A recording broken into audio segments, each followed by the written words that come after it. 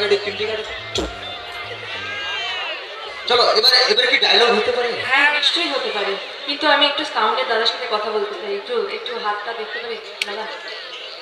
সাউন্ডে যিনি আছেন, হ্যাঁ বলছি মাঝে মাঝে না এটা ফ্লাকচুয়েট করছে, এটা কি ব্যাটারির প্রবলেম?